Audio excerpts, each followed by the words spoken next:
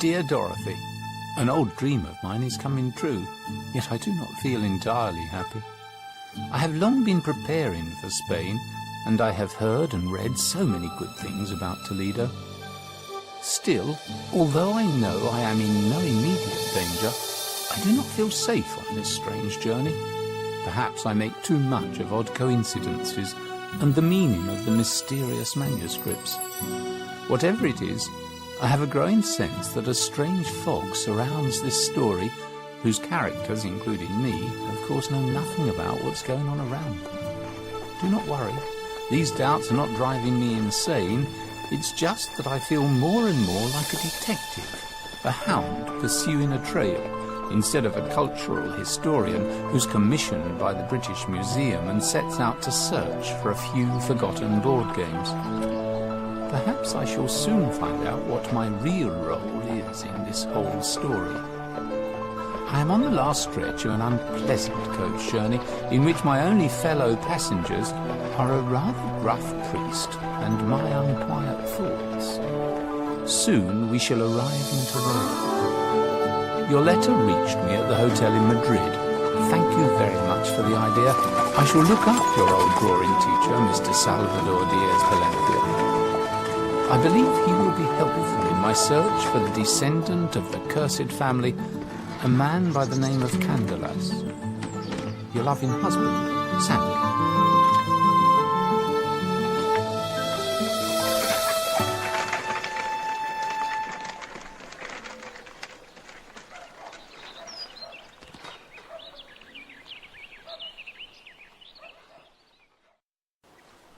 Fabulous city.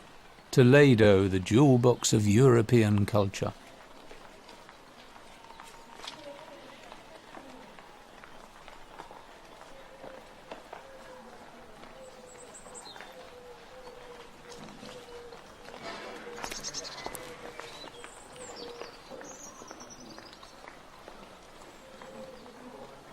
Good afternoon. Do you know a certain painter by the name of Diaz-Palencia? Sorry, no. Please ask someone else. Well, all right.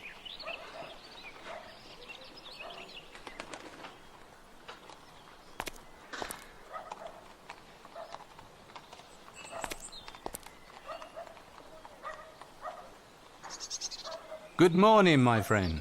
Could you please tell me where I can find the painter Diaz-Palencia's house? Sir, I know everything here. If you give me some money or something to eat, I will tell you. And if you like, I will play your favorite tune. Very kind of you. Maybe later, amigo. Wait, stranger. Look for the Calleja de los Astilleros. You'll find the painter's house there. Thank you. Look, these characters are everywhere in the world, just like stuck-up rich men.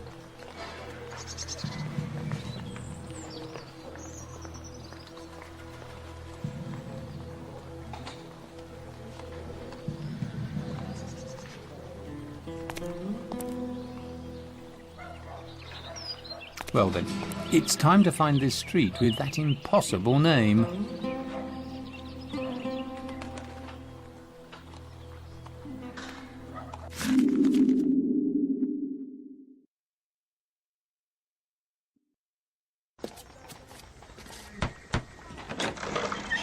Good afternoon.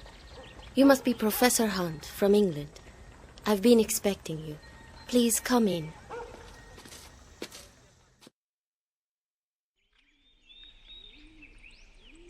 Miss, I am looking for a certain Mr. Salvador Diaz-Palencia. This is his house. My name is Carmen. Carmen Diaz-Palencia. Unfortunately, my father is no longer alive. I know. Your kind wife sent a letter, and I consider it my duty to help my father's old friends. I will be indebted to you. I'm very sorry. I didn't know. Of course. How could you have known? My father died of tuberculosis approximately 1 year ago.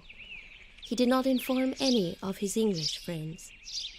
But believe me, Professor, I am happy to see you at last. I've arranged my father's room for you. If you please, I believe you will find it comfortable. It has a separate entrance, so I will not disturb you in your contemplation. I know a man needs that often. Oh, thank you very much, Miss Diaz Palencia. That is very kind of you.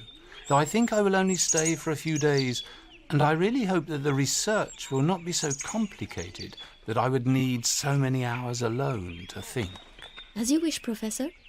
Here is the key to the gate and your residence. Please do rest after the long journey.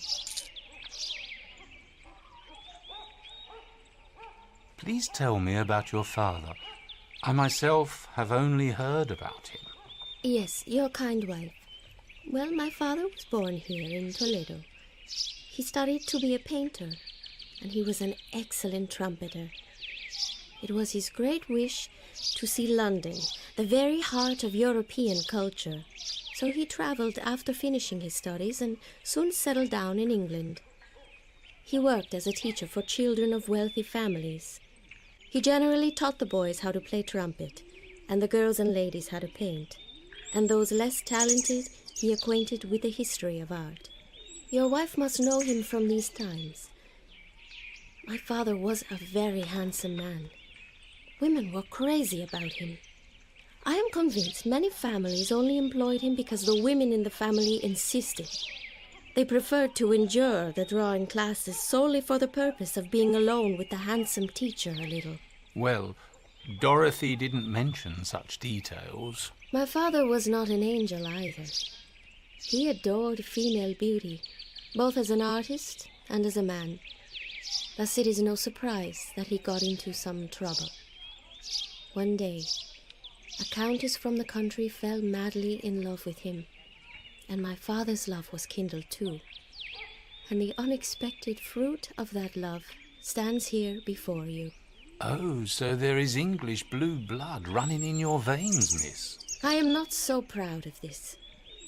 After news of the pregnancy got out, there was a big scandal.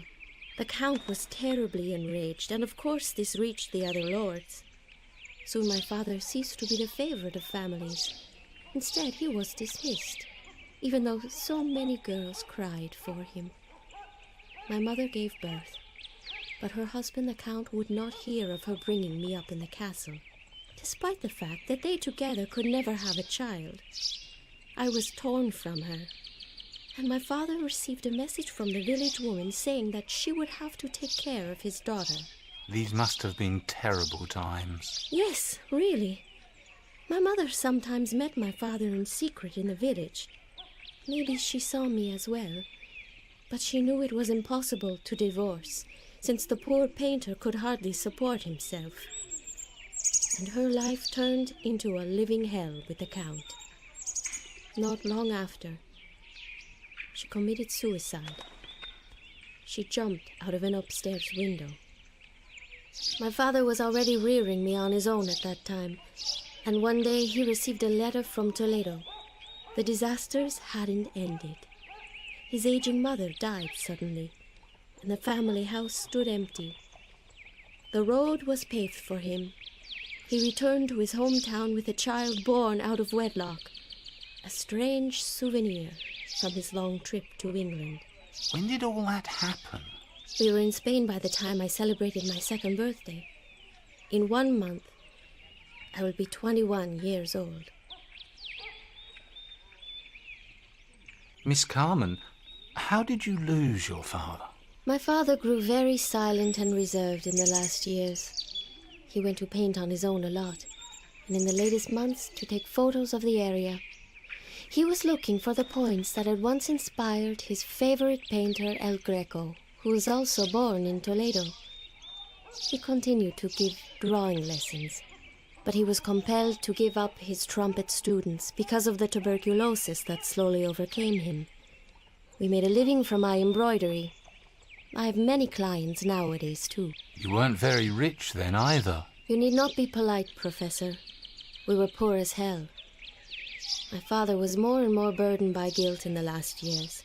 He kept mentioning that he had failed to give me a future that would measure up to my birthright, talents, and his intentions, and he therefore had not kept the promise he made to my mother. He wanted to find me a suitable husband before his death, but that fell through too. The illness was stronger than he was. Tell me, did your father have a will? Did he bequeath anything to you? There was a short will in which he left everything to me, of course. Strangely, he also included that the music box he had been making for months was also to be my possession, no one else's.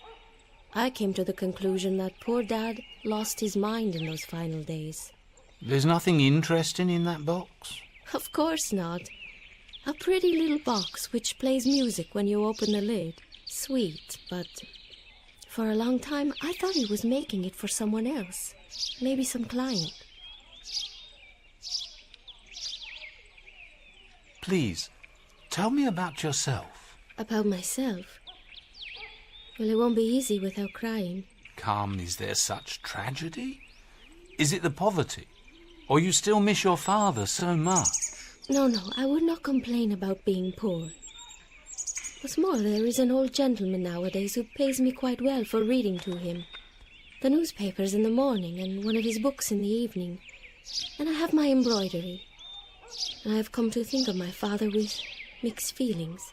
Do you feel bitter towards him for some reason? You could say that. That is, really, I don't know what to think. Something's happened lately. But, Professor, can I trust you at all? Miss Diaz Palencia, you considered it your duty to look after me as though I were someone you long knew and did not know. So allow me, in the place of your father, and in exchange, to protect and help you as a father would, while I enjoy your hospitality. Please continue. Maybe telling me a few things could be useful. Thank you, Professor Hound. So a few weeks ago, I heard someone knock on the door.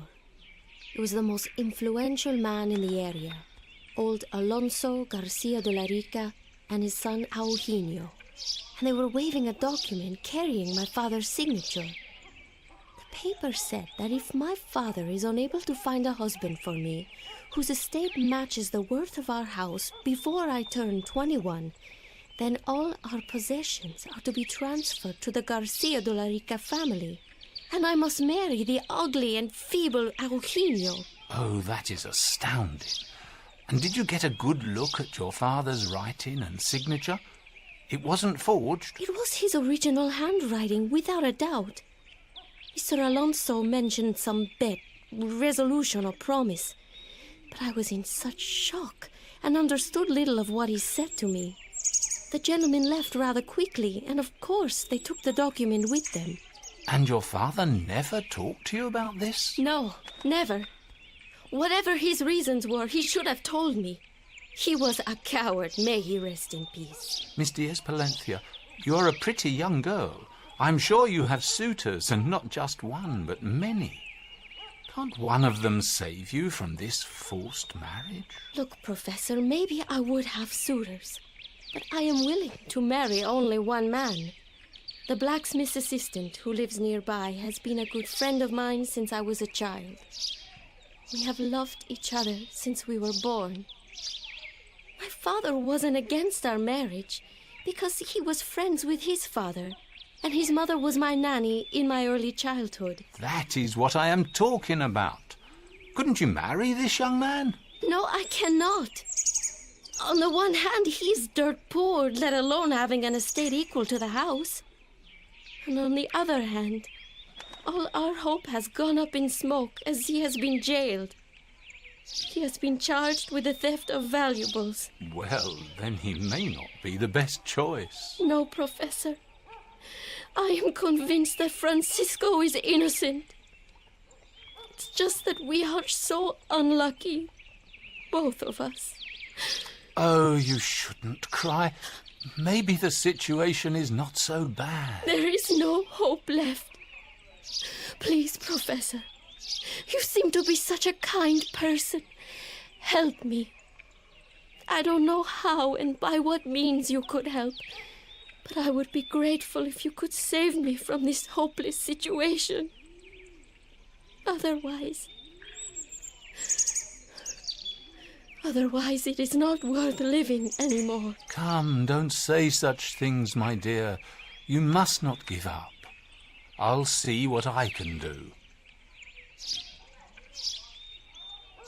Well, to tell you a little about my research, I'm looking for a family, that is, a living descendant. According to the old scripture, the name is Candelas. Candelas? That is Francisco's family name. His full name is Francisco Candelas. Theirs is an old family of swordsmiths, and they have been citizens of Toledo for centuries. How lucky! I say, you see, this research really won't take long in this city. And who is the youngest man in the family? Francisco. He has no brother. His sister died in infancy a long time ago. But you have little chance of meeting him, Professor. As I said, he is in the city prison and not for very long. In a few days, he will be taken to Madrid for questioning, and he may be lost to us. Well, the situation is really worrisome. Could you please tell me where I can find the Candelas family residence? It's just 2 corners from here, at 9 Calle de Aranjuez. There you will only find poor Isabel at home.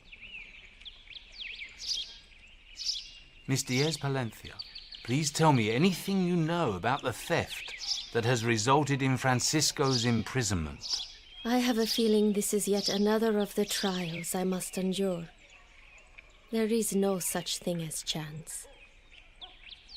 So about 10 days ago, there was a big commotion in the neighborhood. A valuable ornamental sword had been stolen from the Garcia de la Rica palace. You know, they are the ones who had come here with my father's letter. Originally, the sword had been crafted by Francisco's grandfather. Francisco has been working in the palace recently, so they suspected him. He has been accused of attempting to steal back the family heirloom which his father gave as a present to the wealthy Mr. Alonso. But the scoundrel knows about our love, and so he accused him of taking the sword, since with it he could get at least half of the value of our house. Thus there would be a chance to get married before the deadline, my birthday. And how has your beloved responded? Does he deny the charges? Of course. I admit, Alonso's suggestion also crossed my mind. But Francisco looked me directly in the eye and said he was innocent of the theft. And I believe him. I see. Excuse me, miss. Please don't think me nosy, but could I myself examine that music box? That one? Of course. Quite freely. Please feel free to look around among my father's old belongings if you are bored. The key to the box is in the desk drawer. If you open the lid, the small machine plays my father's favorite tune. There was a time when I often listened to the old song, but nowadays my heart sinks when I hear it.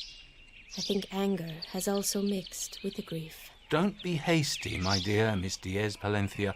Your father must have been forced by some circumstance to act as he did. But maybe I will find out more if I listen to that melody myself. Thank you.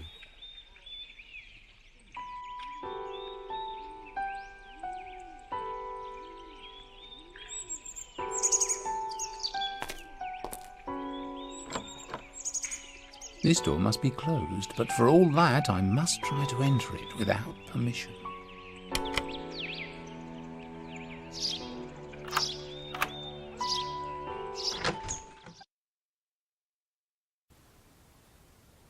Well, this is more or less how I imagined it.